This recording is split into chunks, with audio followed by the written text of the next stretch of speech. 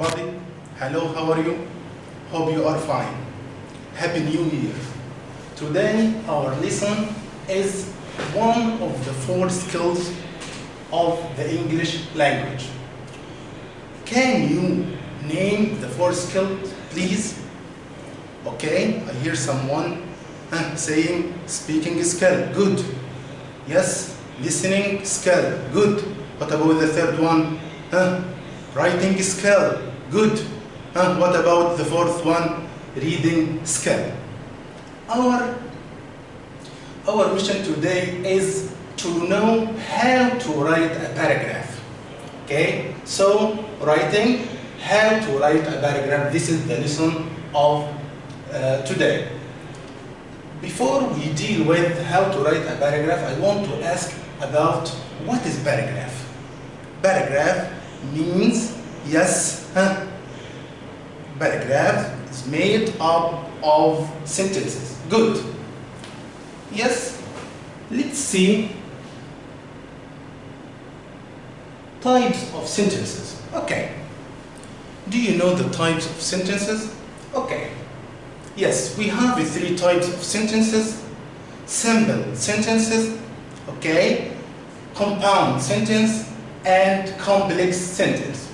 Okay, but before we deal with simple or compound or complex sentence, let's know the difference between dependent and independent clause. What is a dependent clause? Dependent comes from the word depend on. You know depend on? When you depend on someone, okay, it means that you can't do this thing alone. So a dependent clause cannot stand alone. Yes. So let's see. A dependent clause cannot stand alone even though it has a subject and a verb. Okay. We have examples. Okay. Because I can't wait for the bus. Okay. Can this sentence stand alone? No, it can't. Because I can't wait for the bus. Okay. Another sentence. If you can work on Sundays, can this sentence stand alone? Yes, you are right, it cannot stand alone. Therefore, we call it a dependent clause. Can you give me more example, please? Yes? Yeah? When I get up. Yes, good. Yeah, when I get up. What do you do when you get up? So this is what we call a dependent clause. The other type is an independent clause. An independent clause is the opposite of dependent clause. In here gives the opposite, okay, like correct, incorrect. Okay, so independent, we said that dependent clause cannot stand alone. So independent clause can stand alone. Okay, let's see. A dependent and independent clause stands alone as a sentence. More examples. I enjoy sitting by the fireplace and reading. Cheetahs are the fastest land animals. Okay, so these are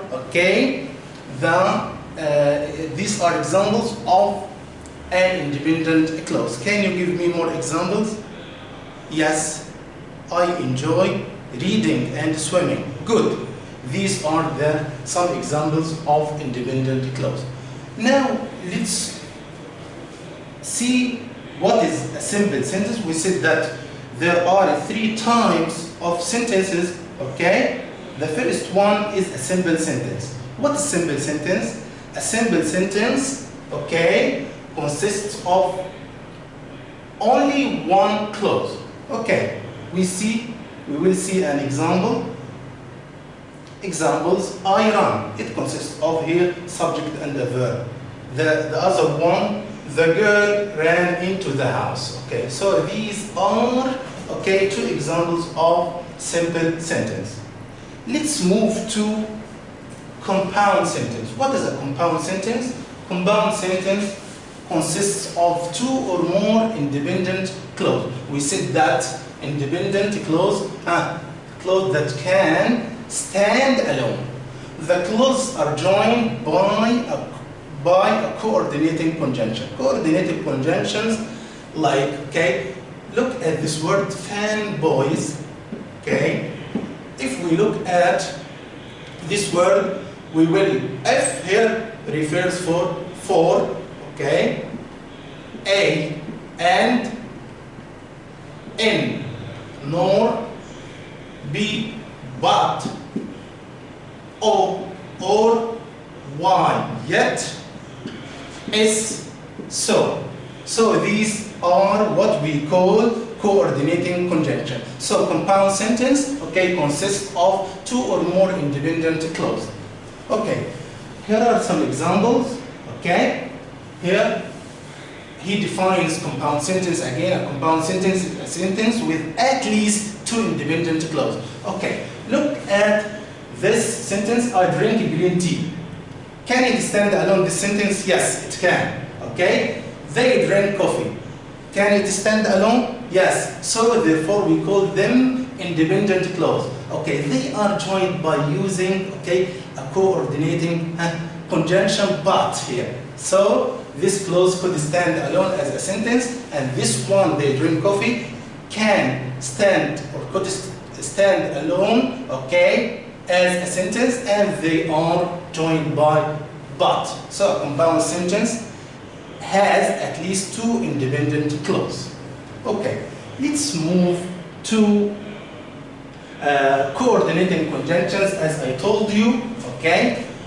Here, fanboys, okay, for, and, no, but, or, yet, or, so. Okay.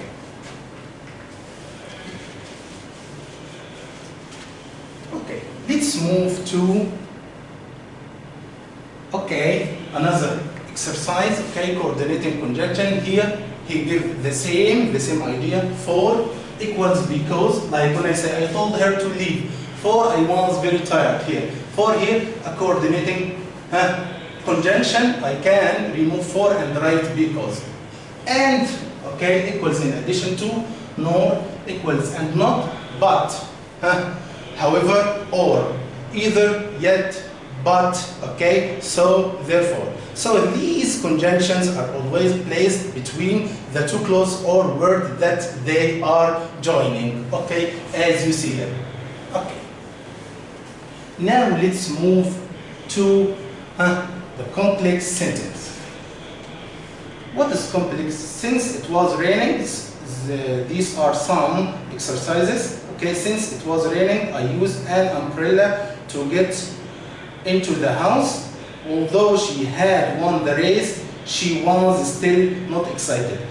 These are two examples of complex sentence. Okay, what is a complex sentence? A complex sentence, okay, has at least one independent clause plus at least one dependent clause. Look at this sentence. Since it was raining, okay, so this is what we call dependent clause because it cannot stand alone because we use since. I used an umbrella to get into the house. This is what we call independent clause because it can stand alone. Okay, what about the second example? Although she had won the race, she was still not excited. Okay, so we have dependent clause and independent clause. Okay. Complex sentence. Okay, dependent clause. When the cake is brown, take it out the oven. This is dependent clause, as I told you, and this is independent because it could stand alone. Sometimes, okay, a comma separates the clause. Okay, this clause could stand alone as a sentence. Okay, because it is an independent clause. Okay, so a complex sentence, okay, has an independent clause and at least one dependent clause. Okay. There are some exercises to decide. Now, it's time for practice. Decide the type of the following sentences, simple, compound, or complex. I'll give you, okay, examples, and you decide whether they are simple, compound, or complex. What about the first one? Can you read it, please? our coach will host a pizza party when we win our first game. The second sentence, Olivia and Caroline went to the movies. Okay. The third one, James grilled burgers and Patrick made a salad. Okay. What about the first one? Can you tell me, is it simple or compound or complex? Yes? What about the first one? It's a complex. Okay. Our coach will host a pizza party. This is independent clause. When we win the first game, this is, okay, dependent clause. So we will check your answers. Olivia and Caroline went to the movies. Okay, this is, yes, simple sentence, simple sentence. What about the third one? James grilled burgers and, okay, Patrick made a salad. Okay, here we join them with a coordinating conjunction and, so it's a compound sentence. We will check. The first one, complex, you are right. What about the second one, simple? What about the third one? It's a compound sentence. Okay. This is an example, okay? This is a paragraph, okay? We said, what is a paragraph? A paragraph is made up of sentences, okay? The paragraph has some parts. The first part is here, is what we call, okay,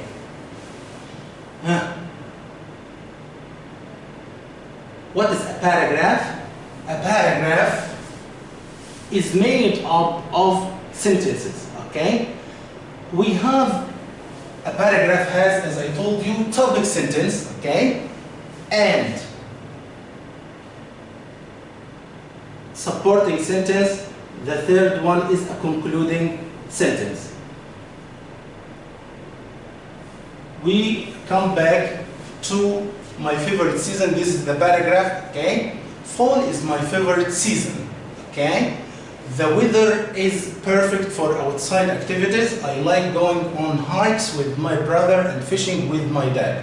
I look forward to the smell of a fire and the taste of pearled marshmallows. Okay, I love fall weather.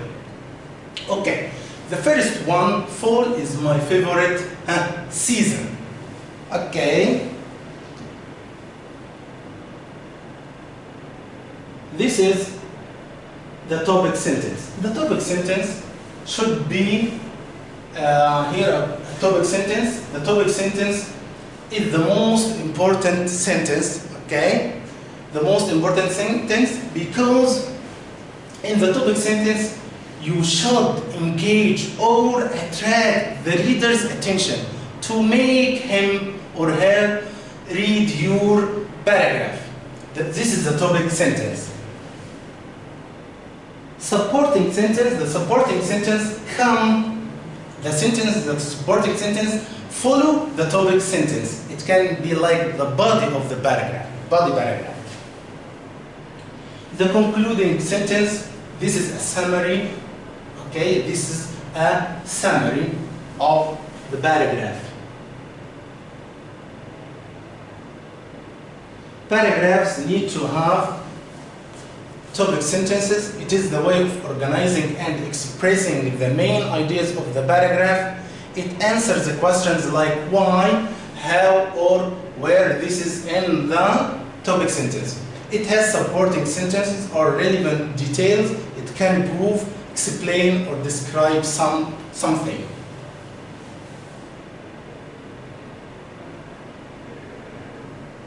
A topic sentence is a sentence that tells what your paragraph will be about. This is what we said. We have already said.